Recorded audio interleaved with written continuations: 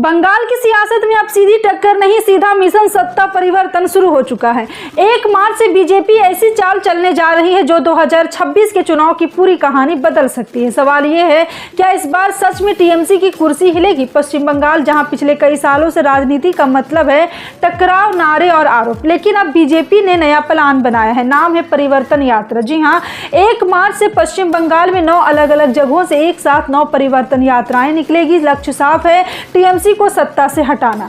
अब सवाल ये है, क्या ये सिर्फ रैली है या ये जमीन पर माहौल बनाने की बड़ी रणनीति है? देखिए, और बीजेपी की योजना सिर्फ भीड़ जुटाने की नहीं है। कहा जा रहा है कि इन यात्राओं के जरिए पार्टी गांव-गांव, शहर-शहर जाकर जनता का मूड भांपेगी।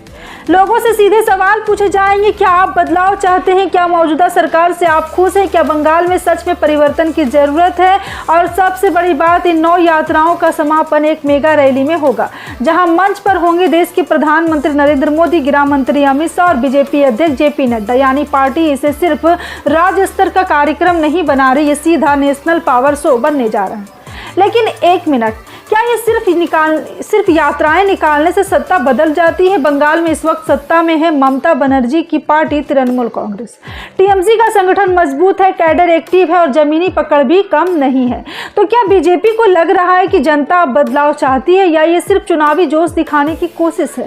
दोस्तों, राजनीति में यात्रा सिर्फ यात्रा नहीं होती। याद कीजिए, पहले भी कई राज्यों में ऐसी यात्राओं ने माहौल बदला है। रथ यात्रा, जन आशीर्वाद यात्रा, परिवर्तन यात्रा, इनका मकसद सिर्फ रोड शो नहीं बल्कि नैरेटिव सेट करना होता है। बीजेपी का पूरा फोकस इस बार एक लाइन पर है, सत्ता परिवर्तन। मतलब साफ है, अब लड़ाई सीटों की नहीं, सीधा सरकार की है। लेकिन यहाँ एक बड़ा सवाल खड़ा होता है, क्या बंगाल की जनता वाकई बदलाव चाहती है या फिर बीजेपी सिर्फ उम्मीद के भरोसे बड़ा दांव खेल रही है? राजनीतिक जानकार मानते हैं कि बीजेपी इन यात्राओं के दौरान हर जिले में लोकल मुद्दों को उठाएगी। भ्रष्टाचार, कानून व्यवस्था, रोजगार, महिला सुरक्षा, और कोशिश होगी कि टीएमसी सरकार को सीधे कटघरे में खड़ा किया जाए।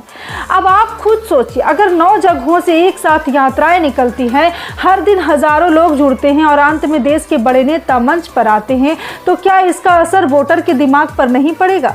लेकिन राजनीति में सब कुछ इतना आसान नहीं होता। टीएमसी भी चुप बैठने वालों में से नहीं है। वो इसे बाहरी ताकतों का हमला कह सकती है। वो अपने विकास मॉडल की बात करेगी। वो कहेगी दिल्ली की राजनीति बंगाल पर थोपी जा रही है।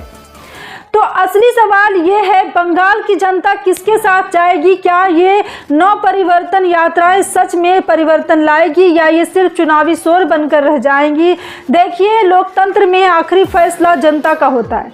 नेता भाषण देते हैं, रैलियां करते हैं, रणनीति बनाते हैं, लेकिन बटन तो जनता दबाती है। और एक बात, और बीजेपी का ये प्लान साफ दिखाता है कि पार्टी 2026 को हल्के में नहीं ले रही है। वह पहले से मैदान में उतर चुकी है। मतलब ये चुनाव अभी से शुरू हो चुका है। अब गेंद टीएमसी के पाले में है। क्या वो इस चुनौती का जवाब दे पाएगी या बंगाल में इस बार सच में राजनीतिक भूचाल आएगा?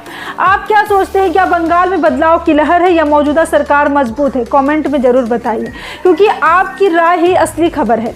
अगर आपको ऐसे ही सीधी, बिना लाग लपेट वाली राजनीति विश्लेषण वाली खबरें पसंद है तो वीडियो को लाइक कीजिए, अपने दोस्तों के साथ शेयर कीजिए और चैनल को सब्सक्राइब करना बिल्कुल भी मत भूलिए, क्योंकि सियासत की हर चाल हम आपको सबसे पहले और सबसे साफ अंदाज में बताएंगे। जय हिंद।